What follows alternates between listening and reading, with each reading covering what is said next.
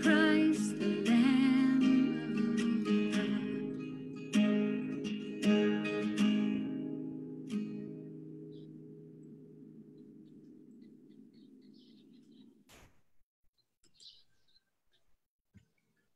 Okay, good morning. We're now live on our FB and I'm still waiting for my cell phone na naglo-load, but we can go on ahead and listen to our opening song. And before I'll greet everyone, let's play this music, A Beautiful Morning, and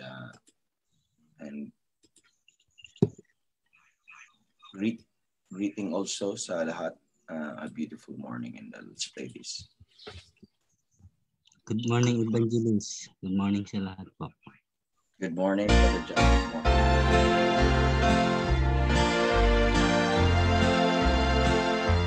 A beautiful morning, when Jesus I shall see. A beautiful morning, with the trump he'll come for me. A beautiful morning, he'll take us all away. A beautiful morning, yes, a beautiful day. I was lost in sin one dark and gloomy night. I had no peace within, my soul just wasn't right. Then I met Jesus and he took my sins away. Now I have a beautiful morning and a beautiful day. A beautiful morning, when Jesus I shall see. A beautiful morning, with the trump he'll come for me. A beautiful morning, he'll take us all away. A beautiful morning, yes, a beautiful day. Now I love to speak of him and what he's done for me, how he came into my life and gave me victory. Jesus, with my whole heart, I love you in every way. Thank you for a beautiful morning and a beautiful day. A beautiful morning, when Jesus I shall see. A beautiful morning, with the trump he'll come for me. A beautiful morning, he'll take us all away. A beautiful morning, yes, a beautiful day. A beautiful morning, yes, a beautiful day.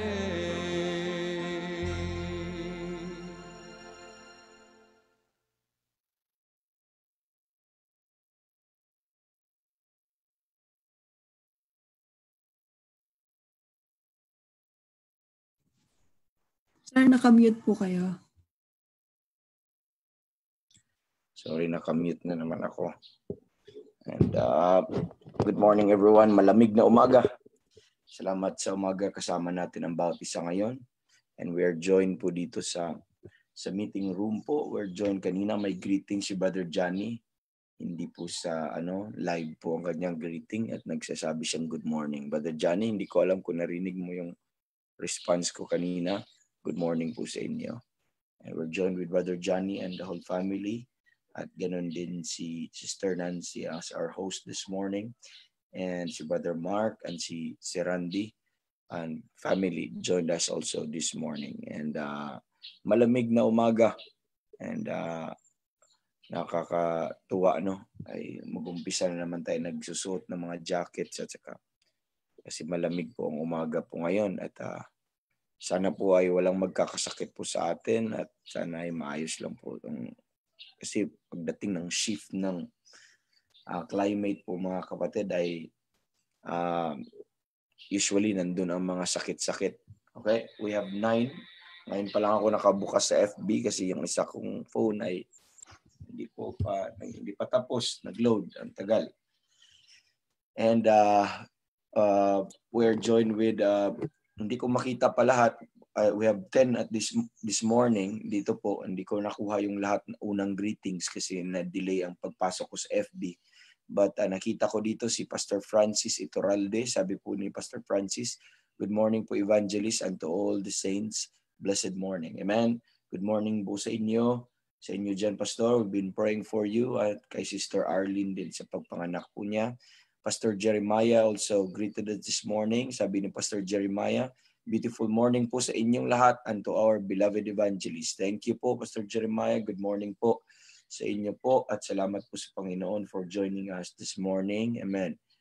We have you in our thoughts early in this morning and salamat sa Panginoon din. Nainingatan kayo ng Panginoon.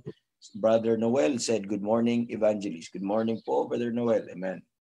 Kape-kape naman dyan at saka chicharon ng kaunti. Pero wag nyo ibigay kay sino ba yung, hindi pala, akala ko si Pastor Anton yung tumaas ang BP, hindi pala. And kay Sister Josie Baluran sa Mindoro, and good morning po sa lahat. Amen. Good morning po, Sister Josie, at salamat sa Panginoon sa bawat isa po sa atin. And we have greetings from Mindoro, the other side, doon po sa Abra, at we have greetings also sa kabilang side sa Victoria, Mindoro, at ganito ito din po kay Pastor Jeremiah sa Pampanga. Meron na tayong greetings sa Pampanga pa lang at sa Mindoro, dalawang lugar. Amen. Salamat sa Panginoon. Again, you can post your greetings there, your testimony, Thanksgiving. Ganun din po ang inyo pong mga prayer request. Pwede nyo pong ilagay po din inyong mga prayer requests and para ma-recognize din kayo ngayong umaga. Meron din tayong greetings dito sa ating pong meeting room. Sabi ni John Reb o si Brother Johnny, hindi ko alam kung sino nag-type po dito. Sabi niya, good morning po. Good morning din po. And si Brother Mark Tihada, sabi ni Brother Mark Tihada, joined us this morning. Good morning, brightest evangelist, and to everyone. Thanking God for today, Thursday morning, to wake up early to read His Word. Amen. Thank God for that, Brother Mark. And to listen to our Bible study on Pauline pattern, on prayer, and series on grace. Inaabangan ni Brother Mark yung dalawang Salamat, Brother Mark. Encouragement si Brother Mark. No? Kung wala na makikinig, si Brother Mark ay nakikinig pa rin. Amen. Salamat sa Panginoon. Meron po tayong Brother Mark. Amen. Good morning at salamat sa bawat isa who joined us this morning. And let us hear another music while waiting for the others. And I don't know if you have heard this song, but this song is from Tom Fetke, and one of the song that I usually listened, and this song was sung during our wedding, and I like this song po mga kapatid, and it's about the presence of God. It's about this song is about Psalm 139. If you remember that Psalm 139, when David explained the song about the presence of the Lord, the all presence of God, na even if I make my bed in hell, thou art there. Remember that? Even if I go anywhere, thou art there. So even if I go to the farther place, the Lord will be there. So this song is about the presence of God with the believer. And I'd like you to listen to this song, and the title of this song is Ride the Morning Winds. Ride the Morning Winds by Tom Fetke, okay? And this is a beautiful song. This is an a cappella choir, okay? Choir, a cappella. A frightening place, this world of ours, the frantic pace of changing powers, where no one plays familiar roles, but in these days one promise holds. I can ride the morning winds, and you are there.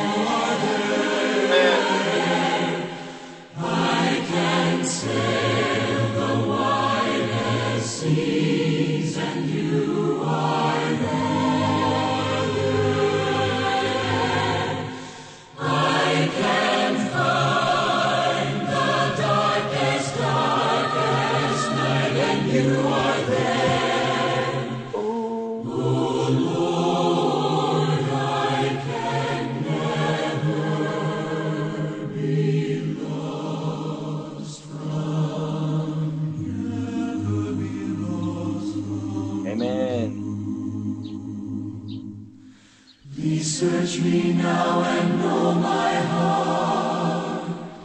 Then show me how to do my part. To walk the way you'd have me go, and if I stray, Lord, I still know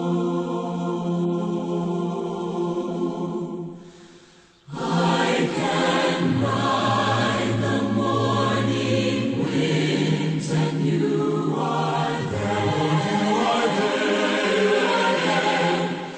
I can sail the widest seas, and you are there. Amen. I can find the darkest night, and you are there. Oh, Lord, I can never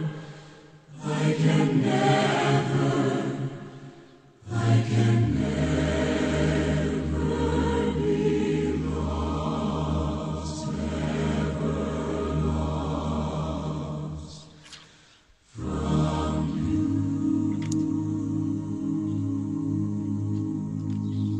amen. You know, realize po mga kapatid, have you heard the truth of that song that whatever we do, mga kapatid, I can never be lost. I can never be lost from you. Amen. Whatever you do, if you are saved, you are in the sphere of Christ.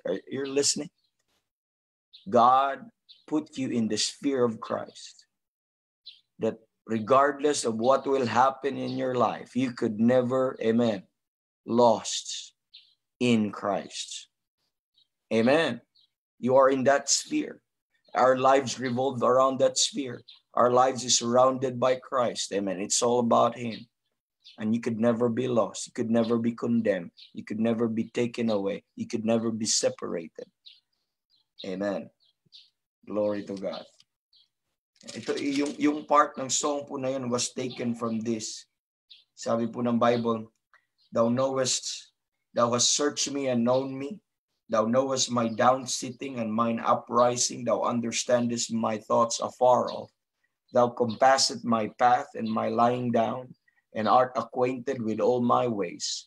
For there is not a word in my tongue, but lo, O Lord, thou knowest it altogether. That is the omniscience of God.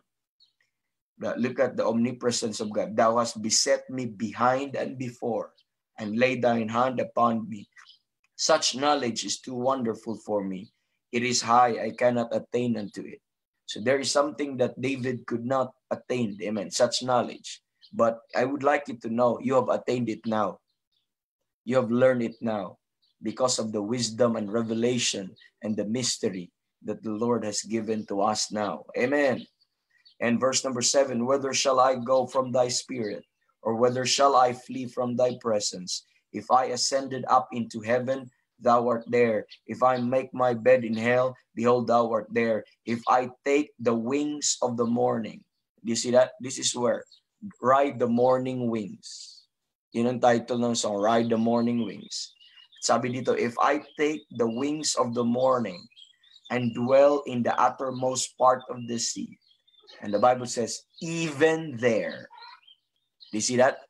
Even there shall thy hand lead me, and thy right hand shall hold me. Amen.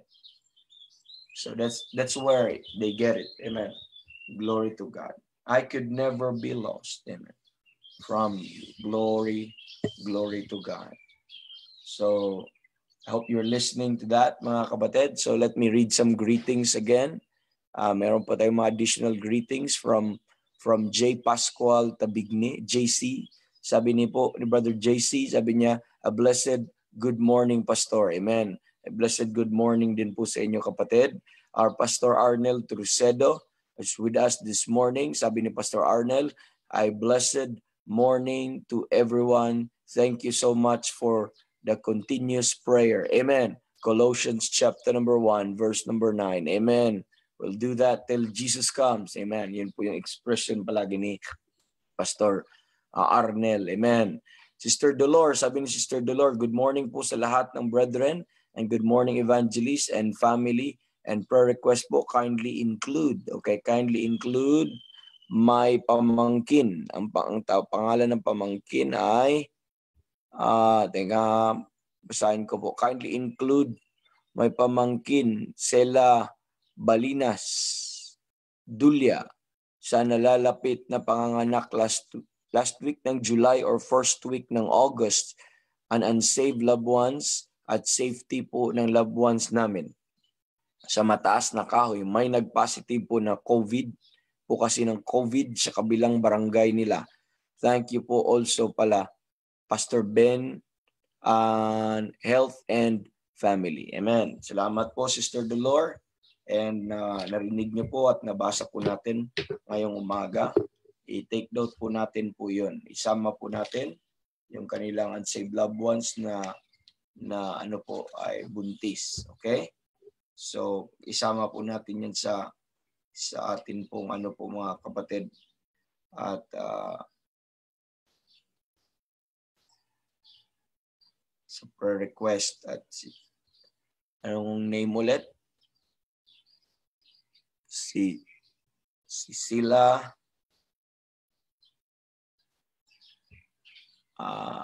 Dulya.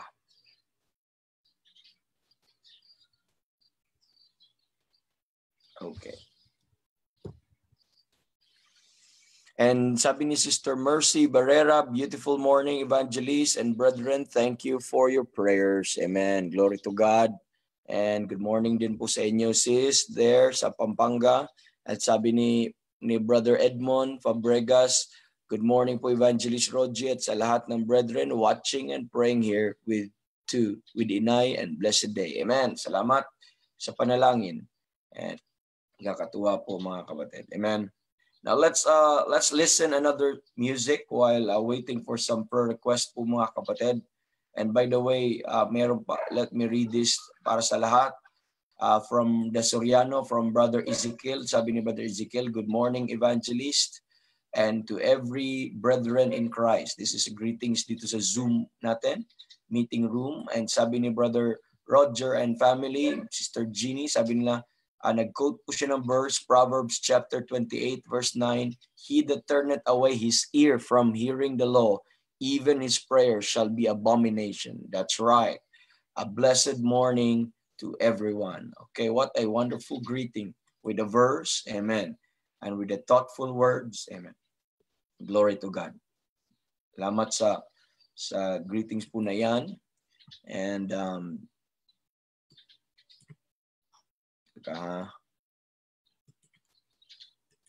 okay, so wala pa dito, no? So let me look at our time. Sige, tama pa. Let's listen to this song from the Melody Trio. The title of the song is Longing for Home.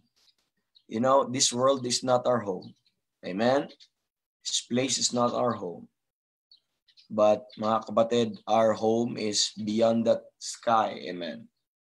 That is our home and we call it glory. And we are hid. You are there at this moment. But not all of you. Amen. But one day, our body, our soul, and our spirit all together to be there. Presently, we are dead. In the eyes of the law, we are dead. In the eyes of the devil, we are dead. In the eyes of sin, we are dead. And the Bible says, for we are dead, and our life is hid with Christ. We are hid with Christ. I'm quoting Colossians 3. For our life is hid with Christ. Where? In God. There, in glory. Another passage says, mga kapatid, that we are seated with Him. Amen. In the heavenly places. But guess what? We're hid there. Nakatago po. Amen, tayo. Pero guess what? One day, amen, we will no longer hide, amen, with Christ. But one day, amen, we will appear with Him. And the Bible says, kailan po yun? When Christ, who is our life, shall appear. Amen. Remember, you are hid with Him. But when Christ, who is our life, shall appear, then shall we also appear with Him. Amen. we will show up. Amen. We will also appear with him. Where? Where? In glory. Woo! What a wonderful thought. What a wonderful truth. Amen. And that's why as long as wala pa tayo, we are looking on that blessed hope. As long as wala pa tayo doon po sa lugar po na yun, the Bible says, for in this we do groan, earnestly desiring to be clothed upon, amen, in the body, amen, in that tabernacle, amen, not made with hands, eternal in the heavens, mga kapatid.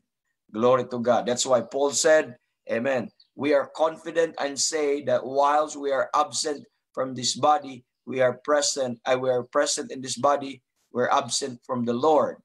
And we are willing to be rather absent in this body and to be present with the Lord. And that is a natural feeling sa isang believer na nasa kanyang heart na nilagay po ng Panginoon, not knowing na hindi siya tagalupa at siya ay tagalangit. That's a natural affection na binigay ng Panginoon that he will long for that home. Amen. He will homesick. He will be homesick, mga kapatid. And that's the song is all about, longing for home. Let's listen to that song.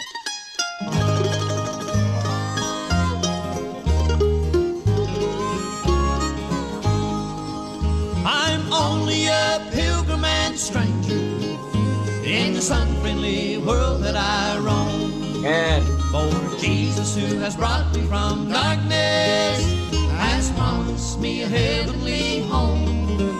In the Bible we read of a city whose builder and ruler is God. And someday when this life is over, its beautiful sights will behold. amen. I'm longing for home, the sun going down, Praise the Lord. I want to go where sweet rest can be found. I'm just about through with this old house of clay. I'm leaving this world, Amen. for glory someday. To glory someday.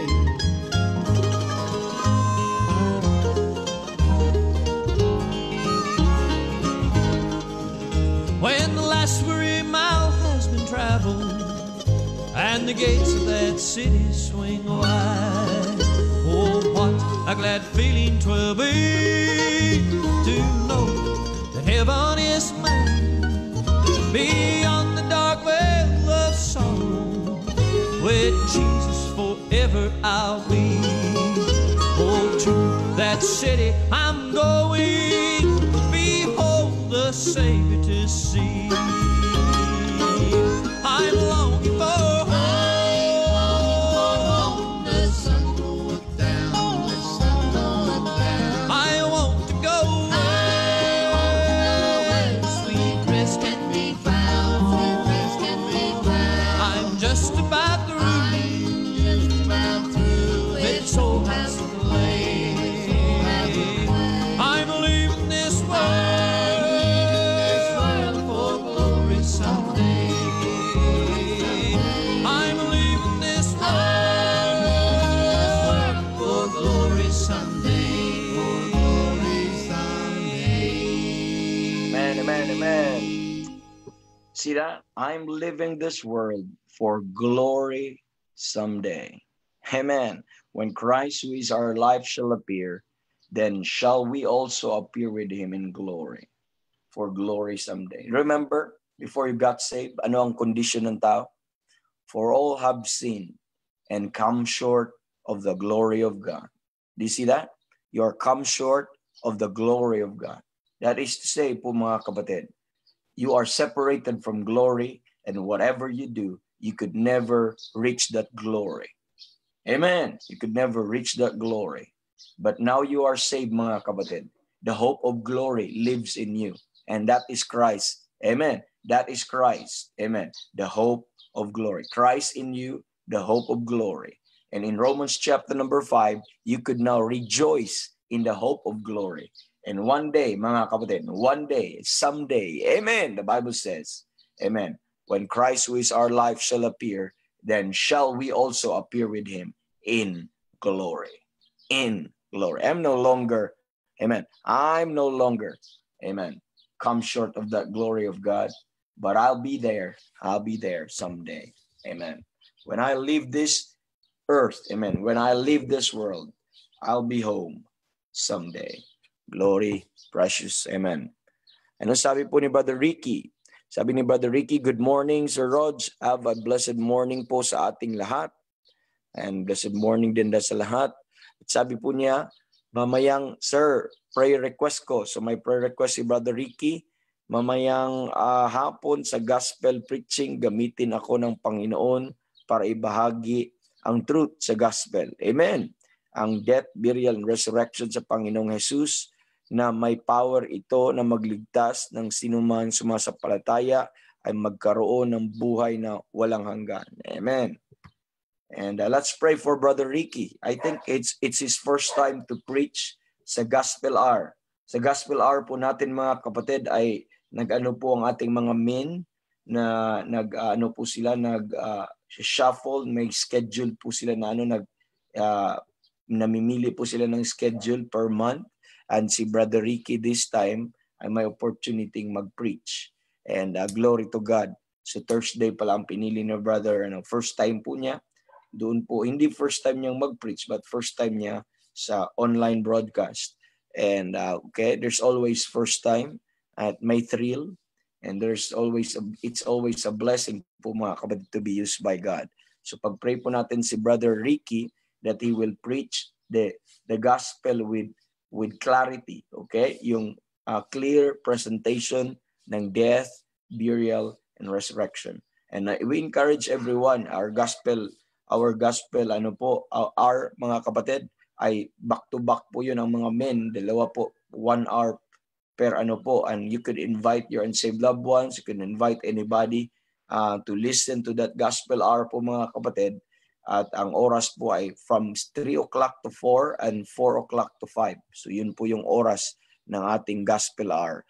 And glory to God. Amen. Glory to God sa opportunity na yan ni Brother Ricky. Amen.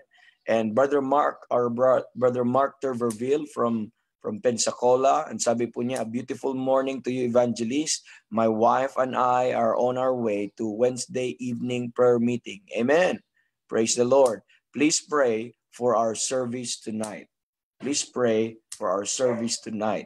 So their church is, if you know, and I don't know, if you're a believer right now, most of us know who is Dr. Ruckman, Peter Ruckman. That was his pastor. Amen. Of course, Dr. Ruckman went on to glory right now, but he stayed the same church po mga kapatid. He stayed in the same church doon po sa Bible Baptist Church, amen, in Pensacola, Florida. And glory to God. Glory to God. And ingat kapatid, ingat Brother Mark. Amen. Marunong na yan mag-Tagalog eh. So ingat Brother Mark. And with your wife also. And Sister Janice Saligi, sabi niya, good morning Evangelist Rogie and all brethren. It's a blessing to start every morning, not only with prayer, but also listening to God's word. God bless you po. Amen. And thank you, Sister Janice. Amen. That's our Amen Brigade there. And pag magsama po yun, Sister Janice, si Pastor Ari, si Pastor Ariel, si Sister Let, at other po na po dito po mga kapatid, si Brother Joshua, at napaka saya ng service, napakasaya ng preaching, ng meeting. Bakit po mga kapatid? Meron pong mga brethren po mga kapatid. Ito mga brethren po nito, they love the Lord, they love the Word of God, and they love preaching. Amen. They love preaching. I'm telling you po mga kapatid, they are very appreciative. And every time po mga kapatid, nag-preach ka sa church nila, sa mga camp sa mga conference last time sa Davao, talagang napakasarap, napakaganda. Gaganahan ka. Makalimutan mo ang iyong oras na talagang ang mga lalaki mapahiya din sa mga babae. Bakit? Minsan ikaw tahimik ka mga lalaki, supposedly mga lalaki is mas fiery pagdating sa mga amen at hallelujah, praise the Lord, no? Yung response natin, those are response po natin. sa preaching. Pero itong mga ladies po noon sa Davao Baptist Temple ay talagang matutuwa ka, mga kapatid. And it's a blessing na mayroon pa rin. Kahit dito, hindi po yan nawawala. No? Glory to God. And sabi po dito kay Brother Omar Arzadon, sabi ni Brother Omar, blessed morning bro and all the brethren. Yes, blessed morning din po sa inyo. And salamat po sa Panginoon. But we have a little announcement dito po mga kapatid. And our government ay napaluwagan po ang atin pong quarantine. Ngayon we are moved to ano pong tawag ito, modified general community quarantine. And glory to God, at least na may improvement po sa aming lugar po dito. And but even so, hindi pa rin magkumpiyansa, mayroon pa rin daming hindi pa rin tayo maging complacent po mga kapatid sa mga what's going on. And our pastor have announced last night po mga kapatid that we will avail or we will take advantage or make use doon po sa 50% ng ng attendance. Ay not 50% ng attendance. Isa sa mga rules ng mga kapatid ng tinatawag po nating quarantine. Sa quarantine po dito ay 50% of the building, okay? ng modified quarantine, 50% ng capacity ng building. So at praise the Lord at pwede po nating matake advantage, and we go to the conservative type and we can gather up to 60 people. Amen. We take on, although more than pa po yun, kasi pag mga camp meeting po namin ay abot po sometimes ng 400 capacity yung buong building. But we go on the conservative side. Hindi naman kami umaabot din ng 400 sa congregation, but we go also on the 50% ng congregation. And salamat sa Panginoon na na-miss namin po ang brethren, although wala pa rin mga handshake, wala pa rin gano'n, but at least maka-experience ulit kami. But the good news is, hindi natin aalisin ang Zoom, ang online, continuous na po ito mga kapatid. Part na po ito ng ministry. Ito na po yung bunga ng COVID. Kung hindi po nagkaroon ng ganito, wala kaming thought na may necessity pa lang mga bagay na ito. But the Lord is very merciful and gracious na naglilid po sa atin. Okay po? At salamat sa Panginoon. And additional also na some comments po doon sa mga taga Davao na brethren. I'm just telling you mga kapatid because to some, bago po sila sa inyo. Lalo na sa mga matagal ko pong kasama, bago po siguro maybe sila sa inyo. And hindi nyo pa sila kilala. Pero I know kilala nyo na, some of you kilala nyo si Pastor Orlan Fajardo at good friend po natin po yun at comrade po natin sa faith at yung kanila pong church ay nag-respond po sa mga truth positively sa mga naituro po sa kanila. And isa sa mga men po nila, young men na talagang interested, I think mga around 12 midnight na ata yun, I still answered some questions po mga kapatid. May mga tanong po siya doon and questions po siya doon na kailangan kong sagutin. And dahil may nagtanong din sa kanya, ganito, ganyan. So, ang point ko is that interest, that desire, that zeal po nila. And it's a blessing po mga kapatid. Gusto sometimes, tulog na lang ako, bukas na lang yan. Pero baka yung urgency ng tanong po mga kapatid.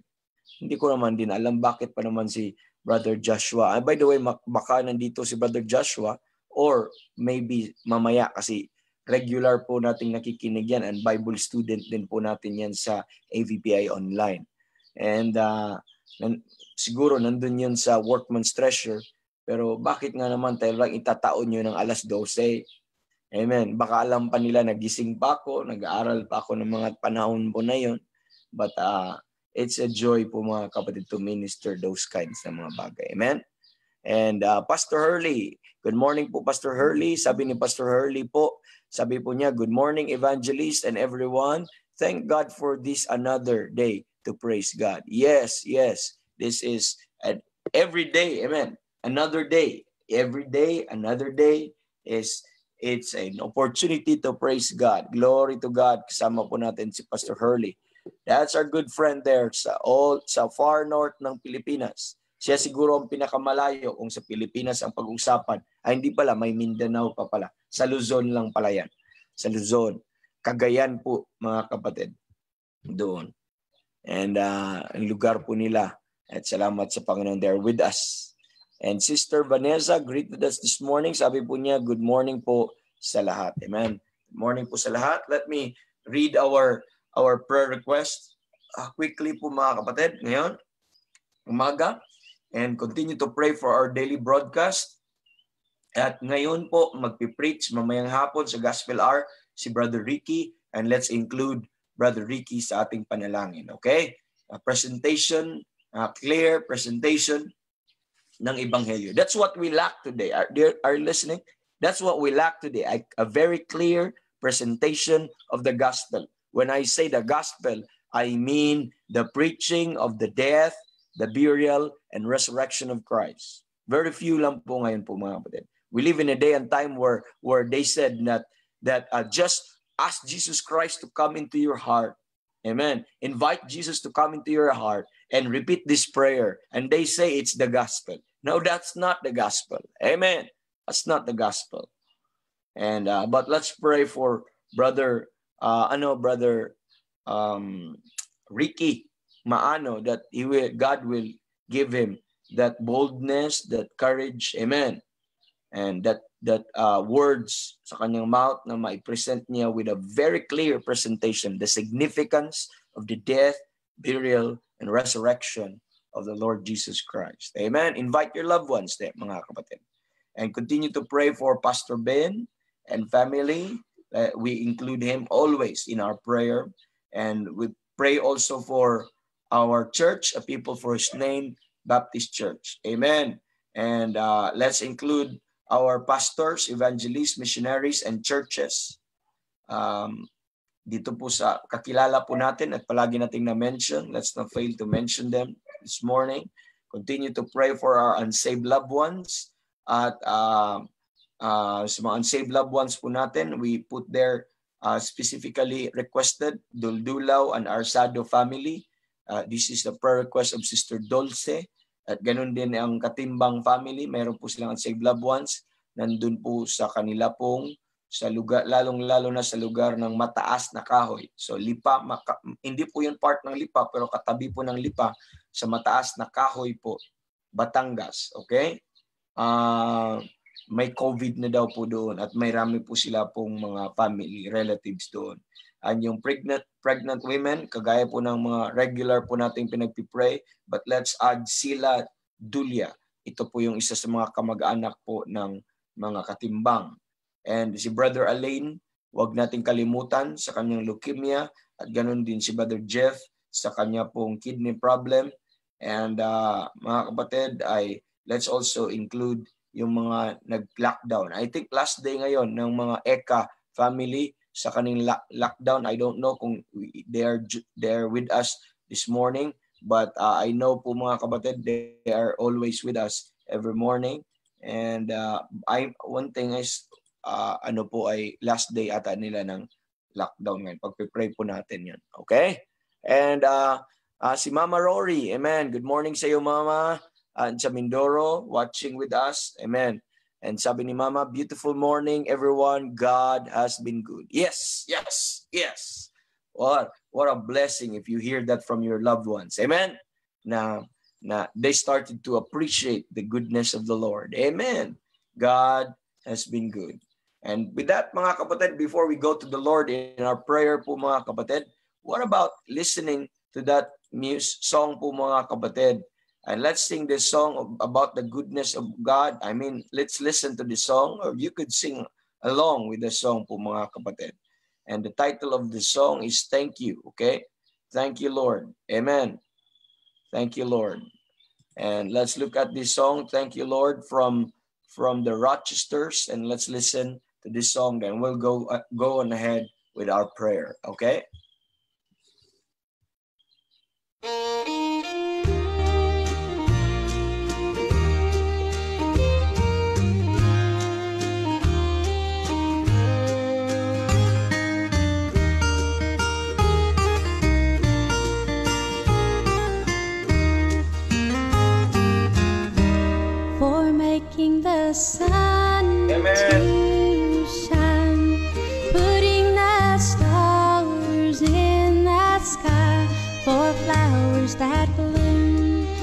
ocean so blue.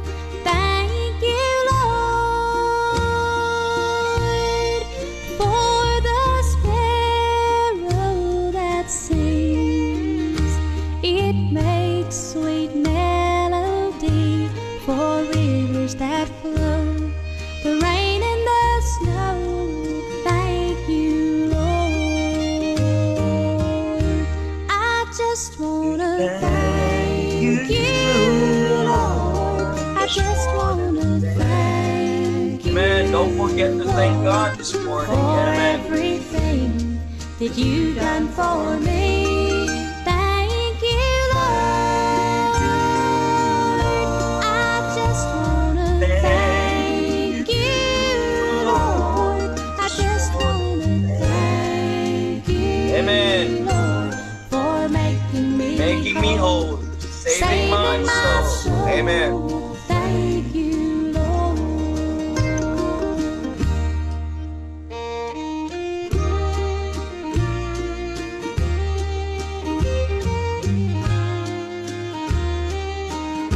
Glory to God. Amen.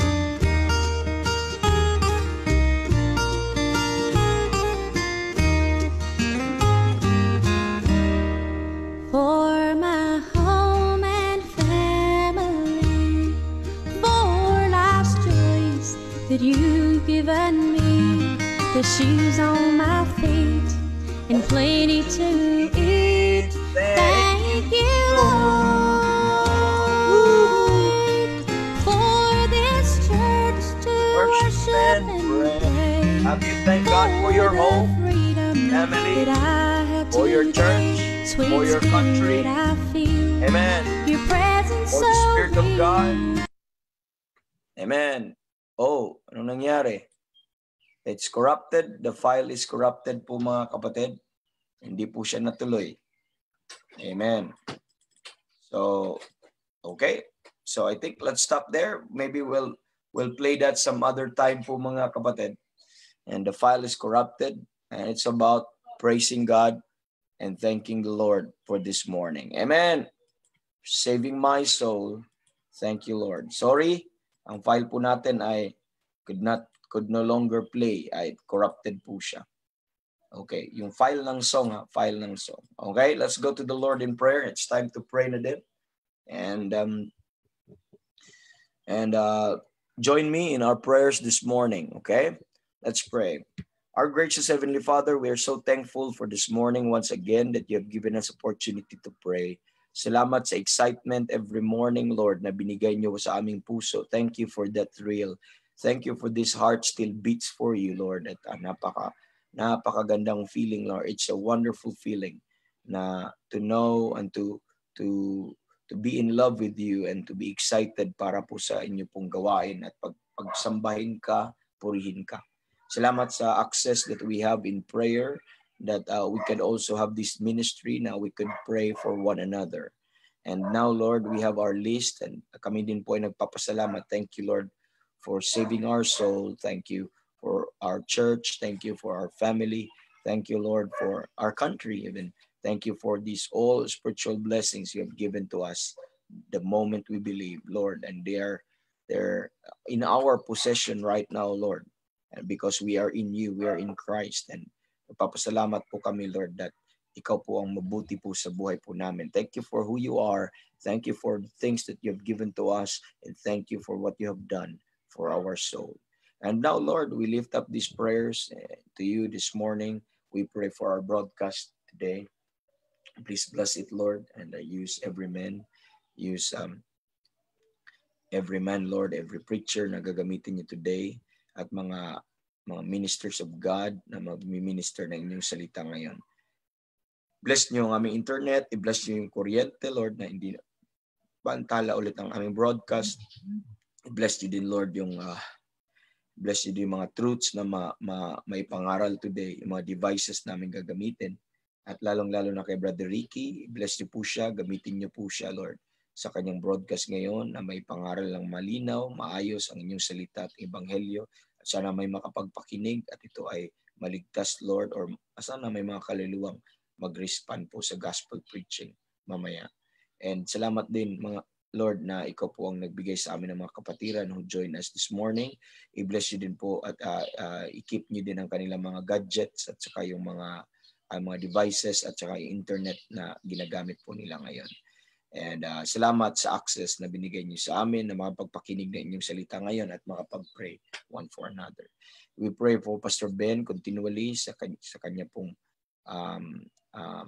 sa ministry niyo po na pinagkaloob sa kanya, sa paggamit niyo patuloy sa kanya.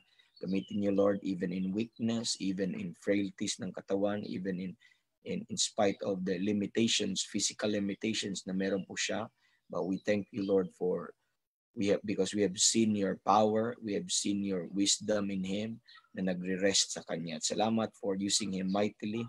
Aming dalangin na patuloy niyo po siyang gamitin, Lord, mightily. Give him wisdom continually and sa paglilid niya sa church at ganoon din, Lord, sa pag-preach, sa pag-aaral. Patuloy kang magbigay po ng truths and revelation po sa aming pastor. Ganoon din sa kanyang pamilya at as they support and take care of Pastor Ben, give them grace and mercy always, and also, Lord, yung joy and excitement to serve you, to serve their family, and to serve the brethren. At patuloy namin pinagpipray ang buong pong Aplaon family na ikaw po patuloy ang sumabay sa kanila, lalong-lalong kay Sister Luisa at ganoon din kay Sister Bell. At salamat din, Panginoon, na may opportunity kami na mapag-pray din ang mga pastors na ito. At we mention, Lord, special mention yung mga pastors na mini-mention namin every morning. And please tulungan niyo po, Lord, ang bawat isa na ito, ang mga ministers of God na inyong ginagamit, itong mga pastors of Like Faith, mga evangelists, mga churches that we know. And salamat, Panginoon, dahil nandyan ka, nagkikip ka sa kanila, naging mabuti ka po sa kanila sa bawat pamilya.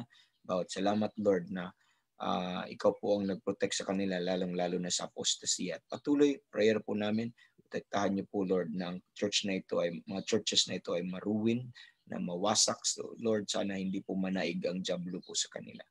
Your arm, Lord, and your truth will protect sana po sa kanila. And ganun din sa mga pastors na ito, please equip them with more truths and as they study, Lord, at patuloy kang mag-show, magpakita ng wondrous things out of your book, Lord, that will help them to be excited, Lord, and sana they will not withhold the truths to their people continually, Lord, na bigyan niyo sila ng heart na mayroong compassion, mayroong care sa flock, Lord, at malove, pagmamahal po sa inyong gawain. At sana hindi po mawala ito sa mga kapastoran na ito. Tulungan niyo sila, Lord, to make a stand always for the truth and for you. At hindi po mag-compromise. And protektahan niyo po ang kanilang mga testimonies, ang faith, Lord, na meron sila. At Lord, be also with their needs po nila sa kanilang pamilya, and sa everyday life po nila, not only, Lord, sa spiritual, but even, Lord, sa kanilang mga physical na pangangailangan. I know, Lord, you will always be there sa kanila. I know may mga concerns sila. I know may mga groanings po sila. But please, Lord, be their comfort, be their peace, Lord, as their peace, and that will rule in their heart. And continue to give them spiritual understanding in all circumstance and help them, Lord, to discern what the will of the Lord is para po sa kanila.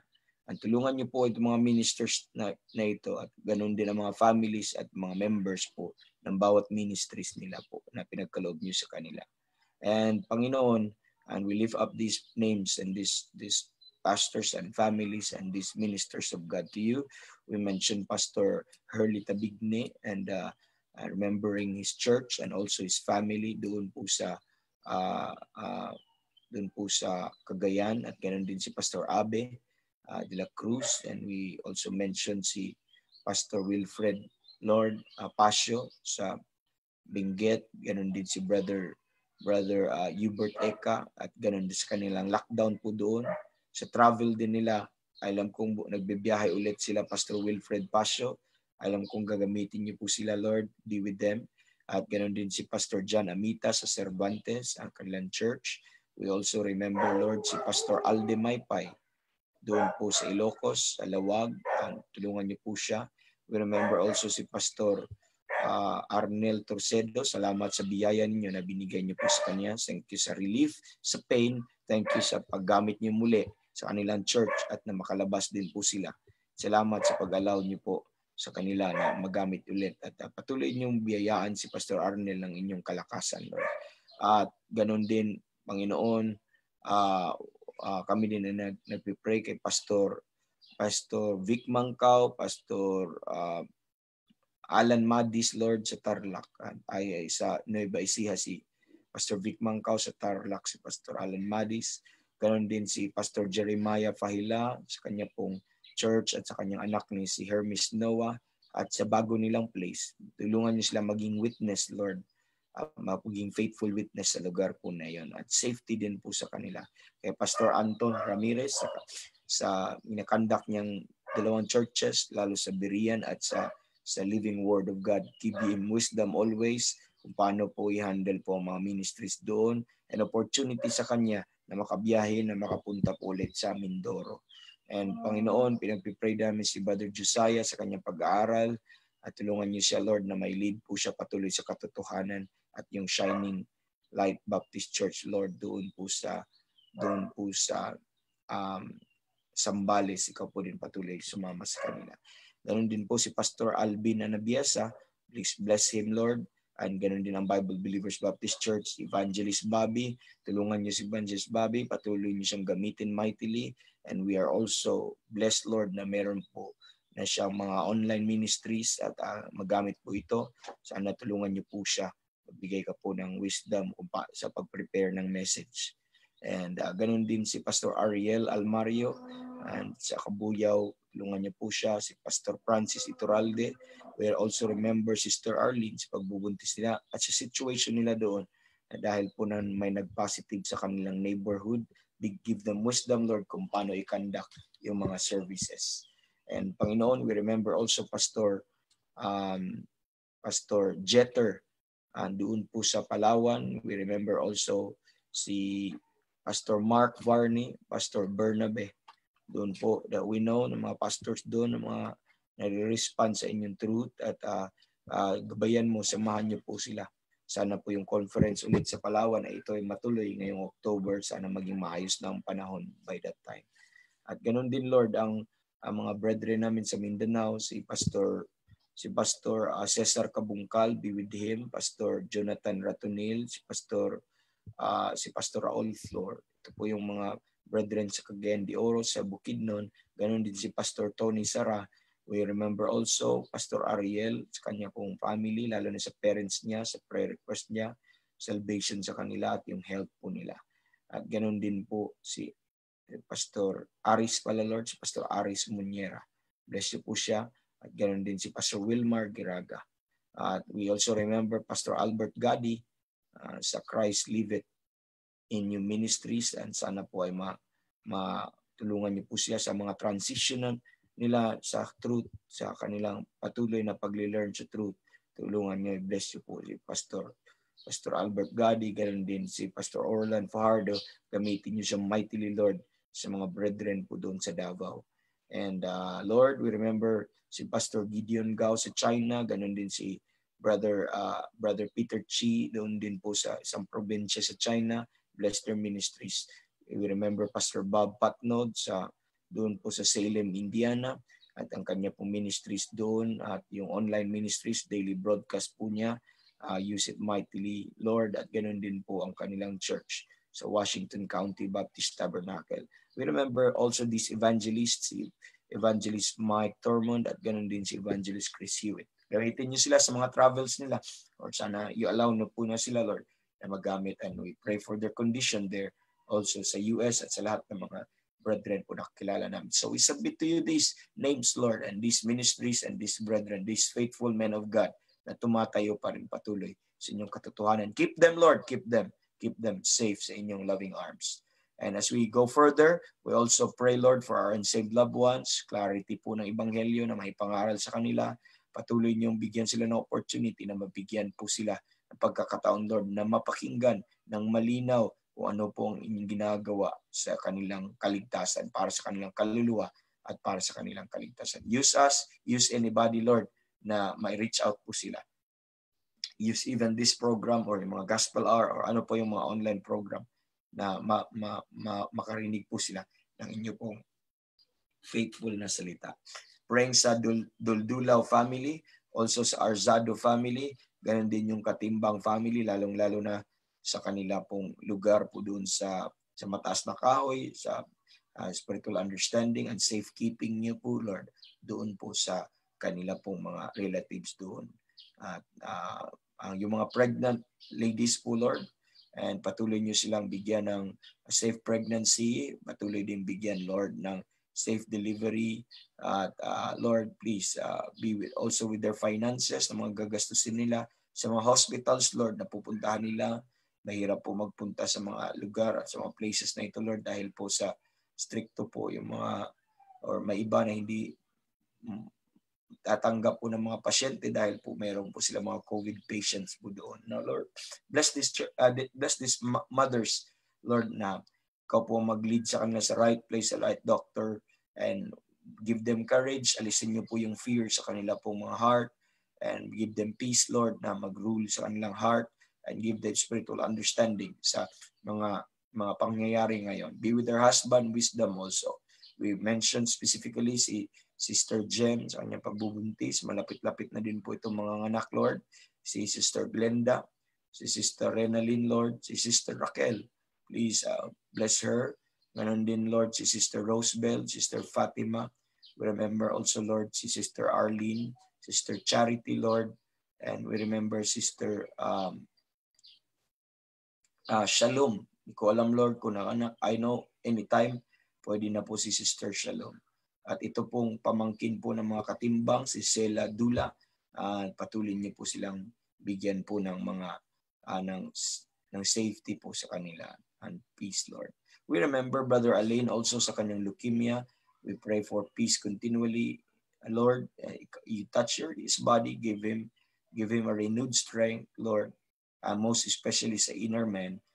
Give him peace always and courage always sa mga pains na ramdaman po niya. A little relief, Lord, a little comfort, and let him feel, Lord, that he is not forsaken.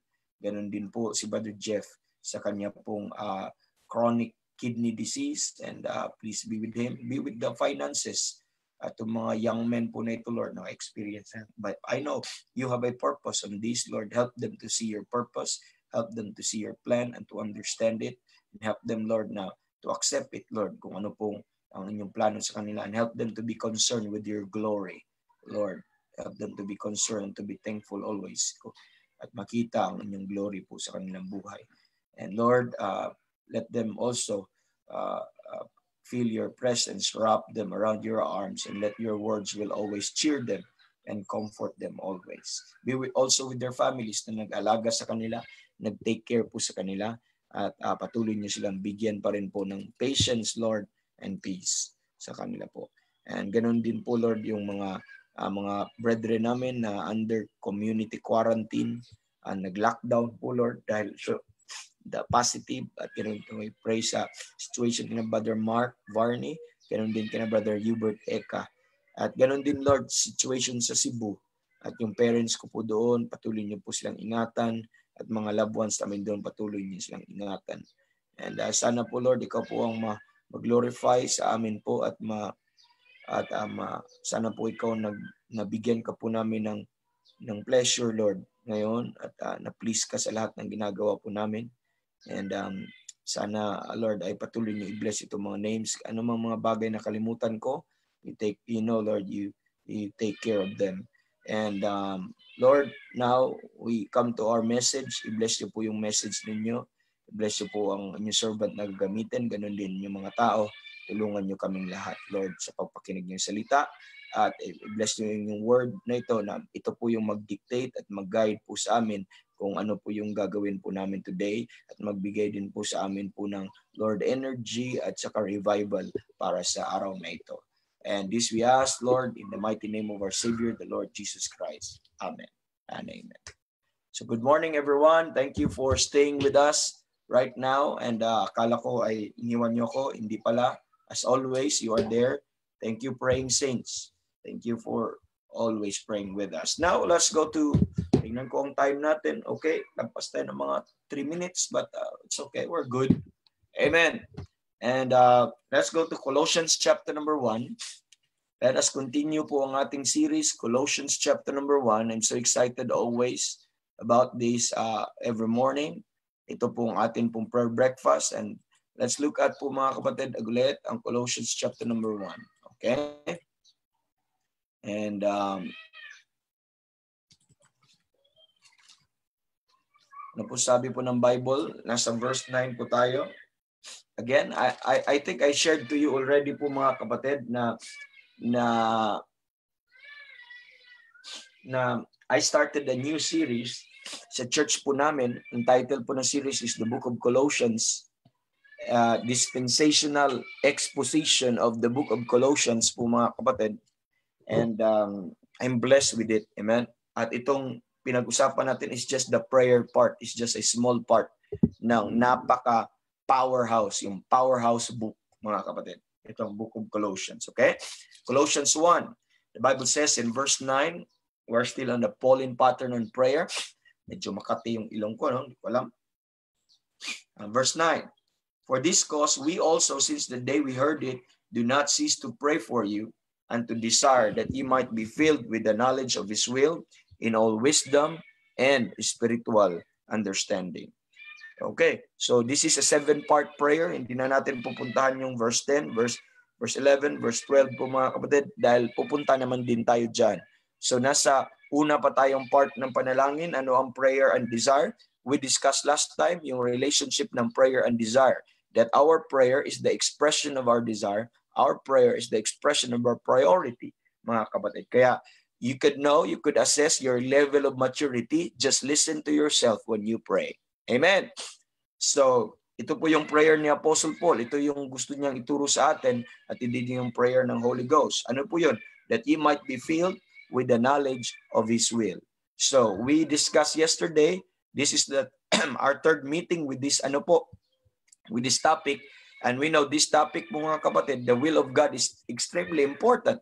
And this topic, this prayer is extremely important because it carries the issue mga kapatid, the issue of knowing the will of God and the issue of doing the will of God. Knowing what is the will of God and how to do the will of God po mga kapatid. So, we discussed na why we need to ask God, why we need to pray this prayer po mga kapatid, and why we could not just try to discover kung ano ang kalooban po ng Panginoon, why we should not do that, and it's a dangerous thing na gagawin po natin to discover or to find the will of God somewhere else or to listen to other things apart from the Word of God, because we have a heart that is deceitful. This heart is there to deceive you, and we have the father of lies. We have the devil, our enemy mga kapatid, who will appear into an angel of light, who will give you a counterfeit view of what the will of the Lord is, mga kapatid, who will give you a wrong view of what the will of the Lord is, or they might offer po mga kapatid an attractive substitute for the true knowledge of God's will. But praise God, as we talk about over and over, that we can find safety, amen, by relying mga kapatid and depending upon God Himself on what He says about the subject. And He recorded it in His book, mga kapatid, and there is safety there. But outside of this book, you will be in danger of the trickery of the heart, of the deceitfulness of our heart, and you will be in danger to be misled by this father of lies, by this devil po mga kapatid, as many of the brethren and the people right now are misled because of their yung mga counterfeit information na binibigay. So we have to recognize, amen, the realm of Satan's activity po mga kapatid, and we have to recognize the deceitfulness of our heart. Ay napaka-importante po yun mga kapatid. Or else we will be tossed to and fro, or whether we will know the word of the will of God or not po mga kapatid, or mapapunta po tayo kahit saan-saan na lang po tayo. At isa po sa problem natin of discerning what the will of the Lord is mga kapatid, that's why we need God, we need to pray, and we need to ask God for what the will of the Lord is. We need that we might be filled with the knowledge of His will po mga kapatid. You know, the importance of that prayer is that because by nature we are self-occupied with ourselves. We're self-occupied. And because of this self-occupation, mga kapatid, it's too much in us. And our concept kaagad of of the will of God, we think that the will of God is all about us. We think the will of God is about a particular event in our life or a specific yun po kaagad ang natural natin na mapapunta po tayo. So we become even self-centered and we forgot that it is the will of God, not the will of me and the will of you, but it's the will of God. So other words po mga kapatid, it's not about self-occupation, it's not about us, it's about the plan, it's about the purpose and the will of God. Amen. Not just for you, but for the entirety po mga kapatid. Okay? The majority ng mga believers mga kapatid is we try to read the passage in this Colossians chapter number 1 verse 9 and we think only in terms of God's will for our lives. That's what we thought.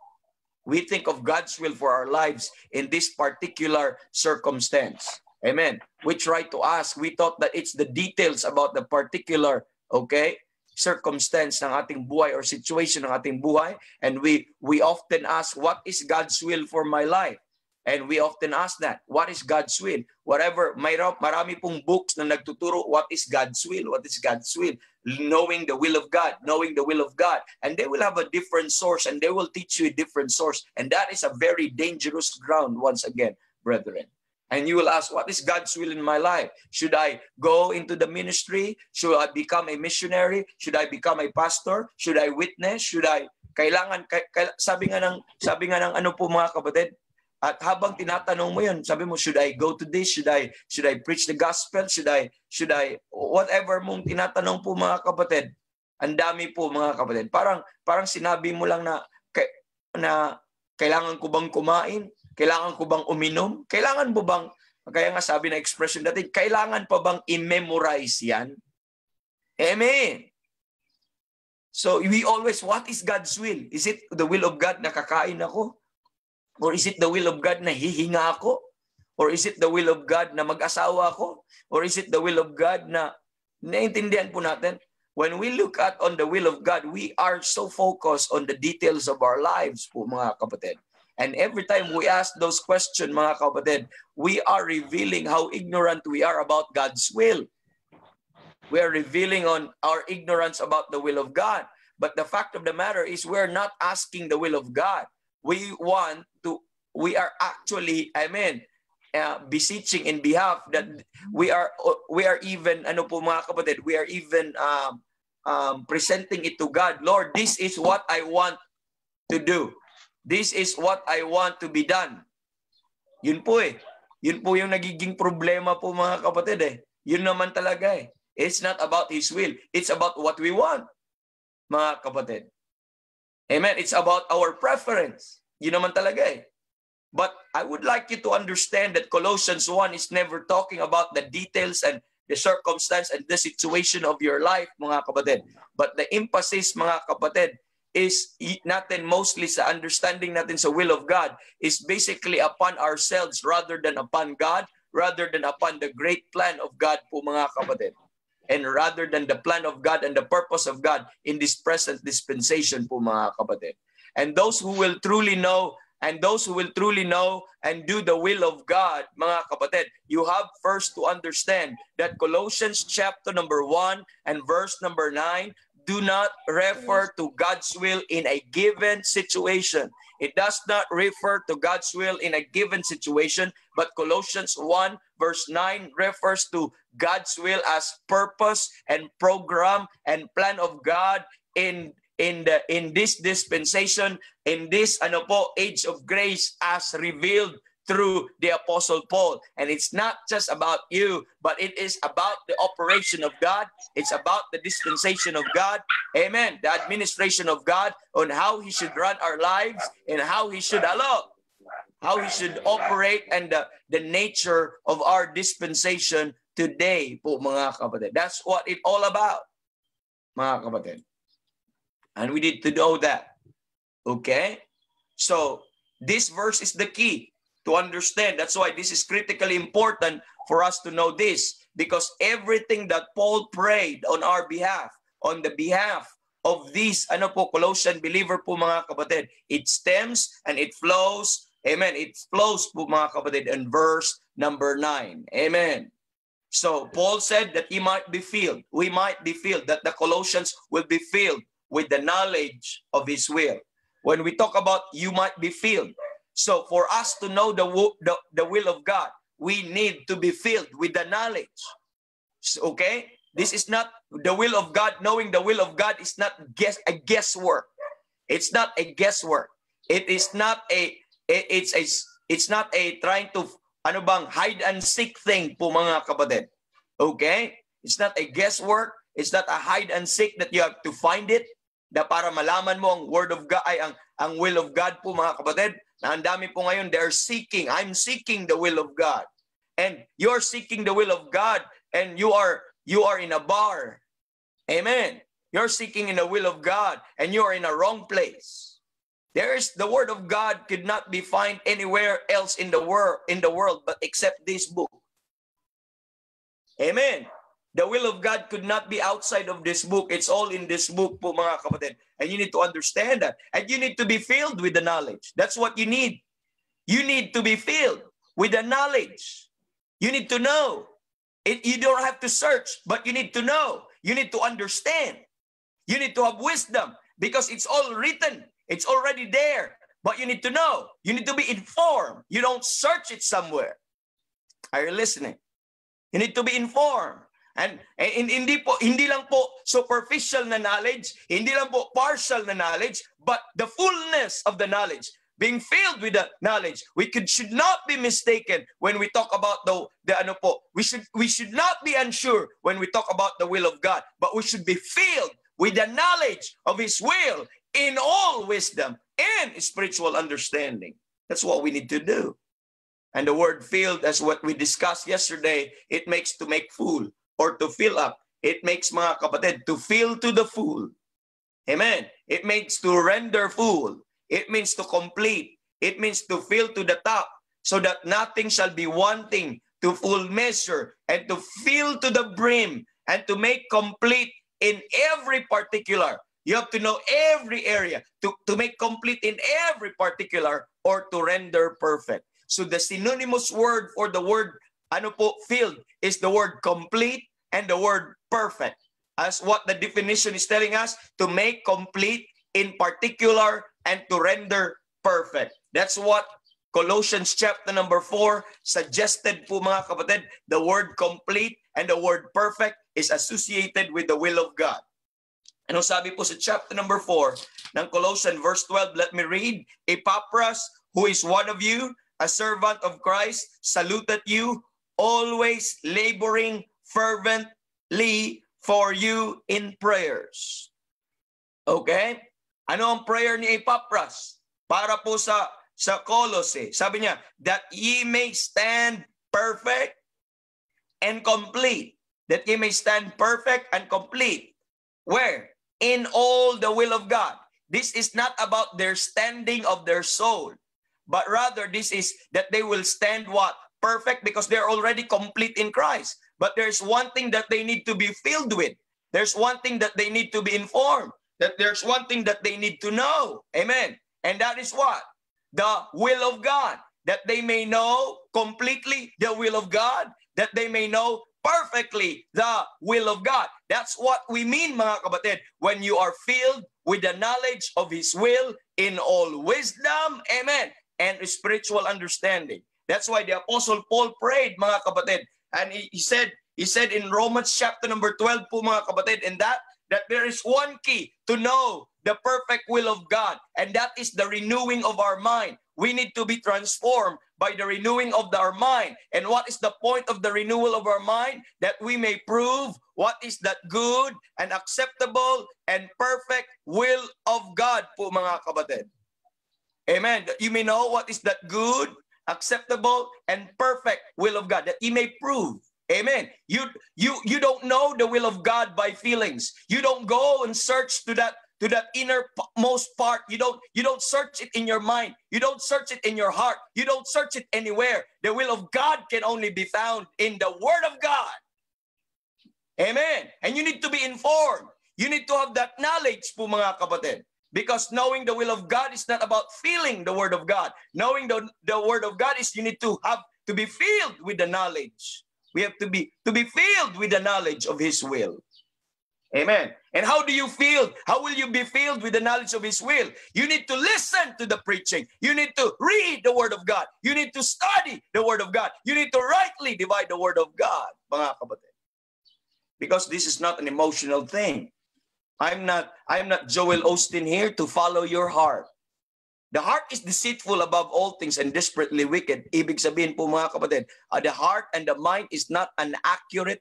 It is not an accurate source, amen, of knowing the will of God. And I'm telling you that. And how do we, what is the ano po Paul po mga kapatid? What is the thought of Paul on this prayer? Therefore mga kapatid, it is Paul's prayer on behalf of the Colossians or in behalf for the believers mga kapatid, that they might be filled to the capacity, to completeness, to perfection, that they might be filled, amen, to full capacity with a complete knowledge of God's will for them. And throughout this series, we've been talking about, we have studied about knowledge, about that knowledge, mga kapatid. In Ephesians 1, verse 17 to 18, mga kapatid, that we talk about the spirit of wisdom and revelation in the knowledge of Him. In the knowledge of Him. You see that? You see how it's important in order for you to know Him, you need wisdom and revelation. Because this is not self-formulated. This is not ano po mga kapatid, devised na mga knowledge or na mga information about who God is. Where can we get that wisdom? Where can we get that revelation? None other than the book itself, mga kapatid, for you to know God. And all the information that you need is not based on your heart. It's not based on your own intellect. It's based on the Word of God. You need to dig down the Word of God. You need to listen to the Word of God. You need to study the Word of God. And you need to, amen, read the Word of God for you to, ano po mga kapatid, know who God is. Because all the information that you need about God is in this book. That's what separates us from any other religion. Most of the religion, they base themselves on their mind and their intellect about their faith. Now, even our faith is not coming from ourselves. It's not coming from my heart. It's not coming from my own mind. I did not devise my own faith. But the Bible says, mga kapatid, faith cometh by hearing. Faith cometh by hearing, and hearing by the Word of God. At sana po maging malinaw po, I could not have faith, mga kapatid, without hearing the Word of God. I need to listen to the Word of God. So also in knowing the will of God. Kaya sabi po ng Bible, the eyes of your understanding being enlightened, that ye may know. We need that ye may know what is the hope of His calling. So you see, these things are not searched somewhere else. These things are not the keeper's finder po mga, the finder's keeper, or lahat po na yun po mga kapatid. It's not about that, but it's something that we need to know about.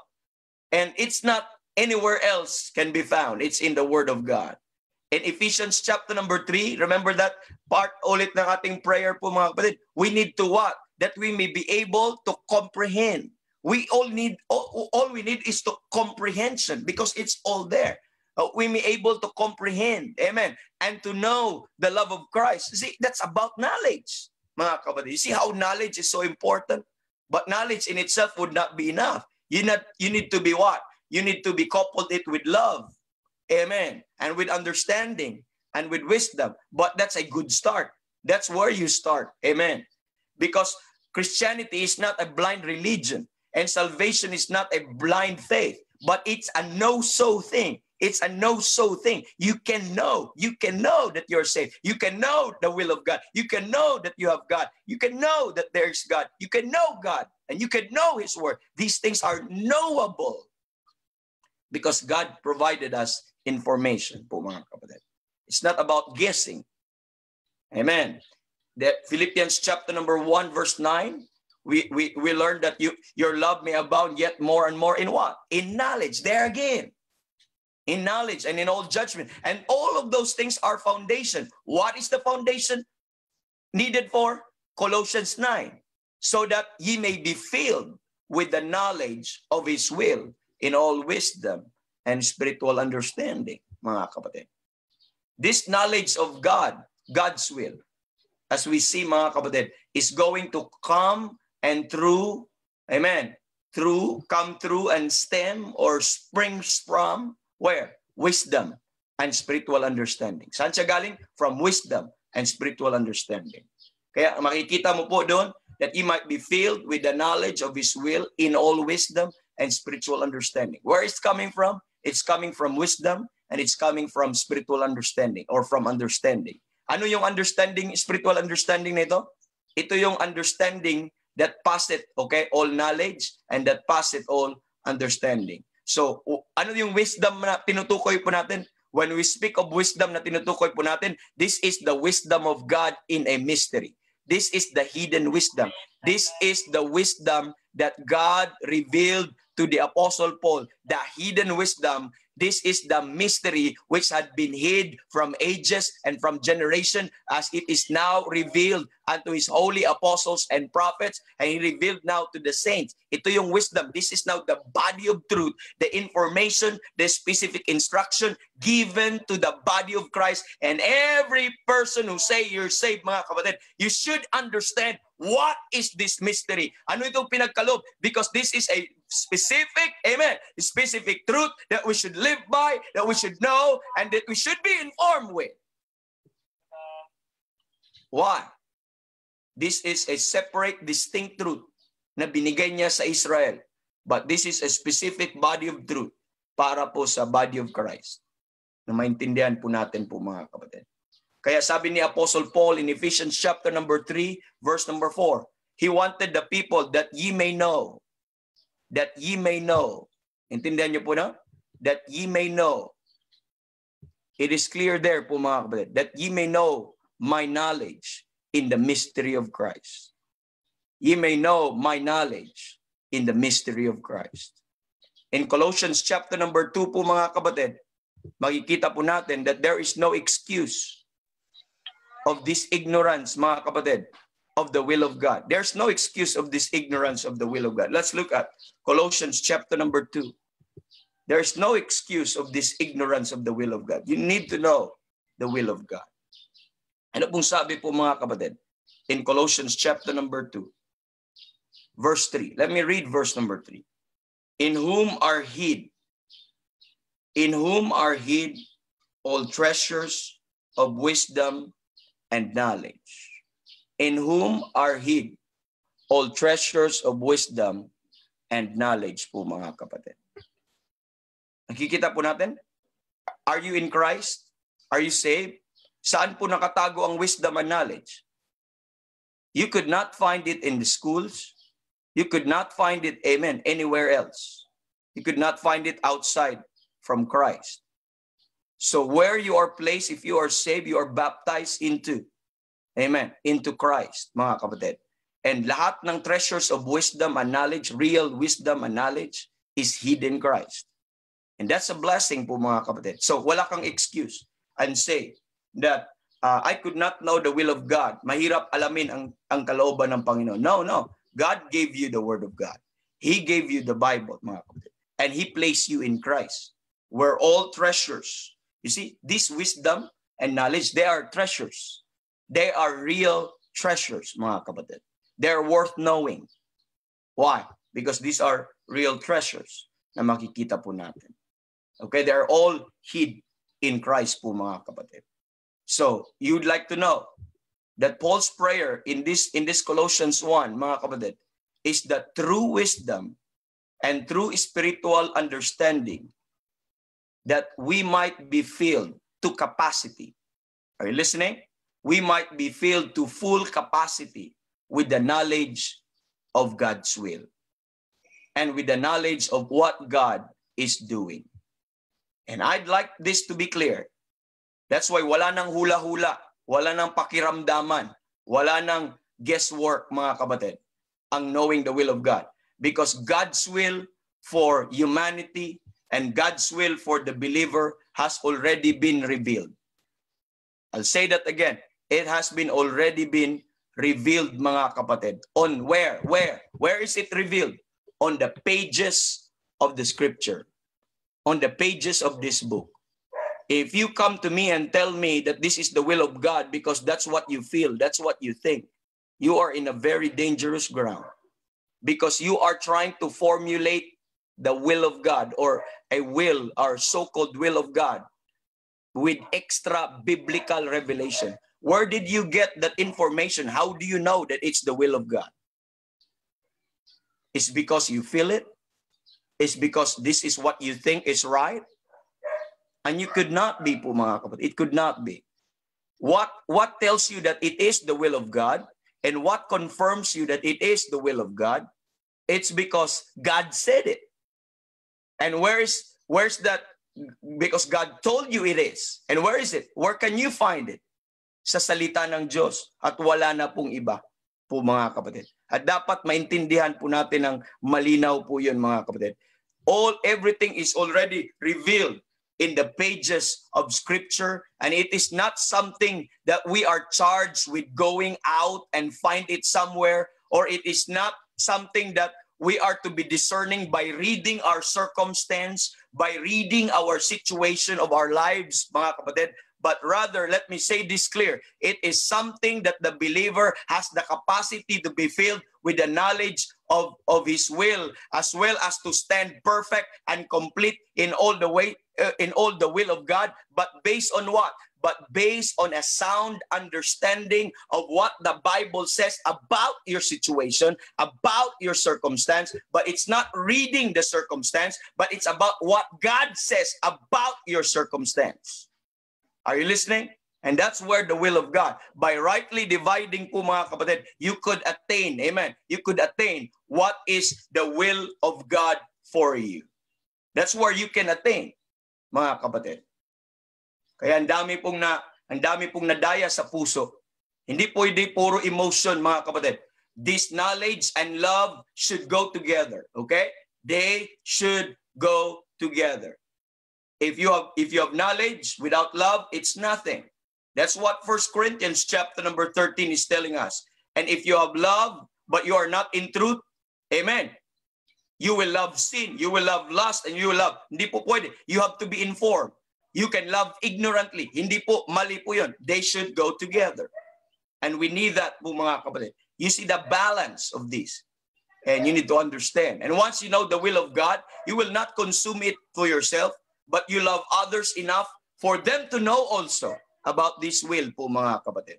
So madami na pong teaching ngayon of what the will of the Lord is. Because everyone, amen, everyone wants to know the will of God in their lives. That's what going on.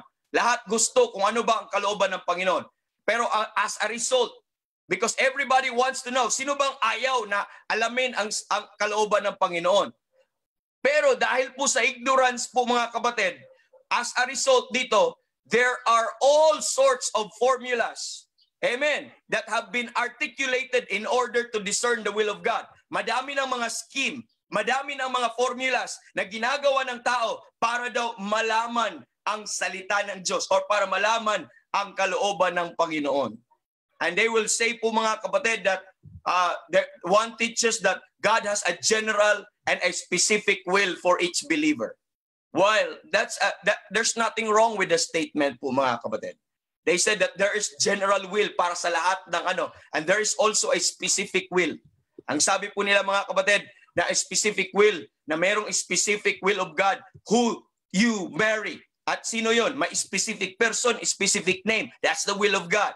And where to work, anong specific job, anong specific position, sabi na, will of God yun. At what car, amen, to buy. I'm talking about lahat ng mga small details, pati kulay ng car, pati brand ng car, ay will of God yun.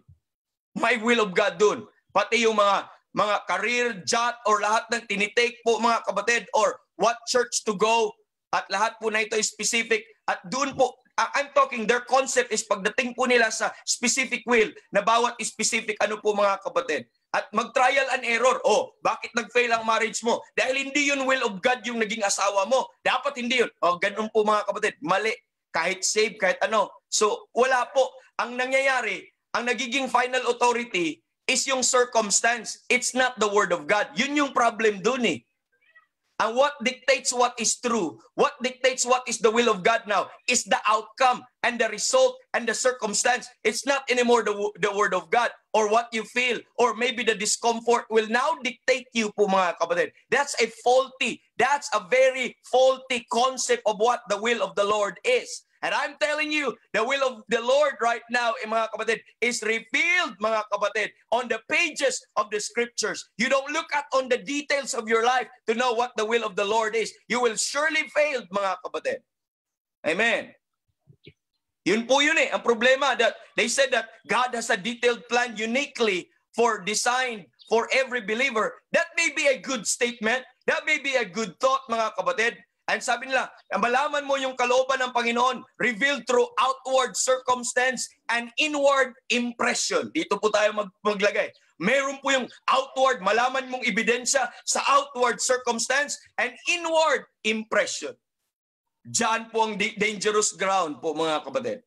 Marami pong nagtuturo and they follow that 3-step formula. Number 1, itingnan mo it seems right, pero it's faulty. Later on, makikita natin. Ang formula nila, number 1, read the Word of God and pray.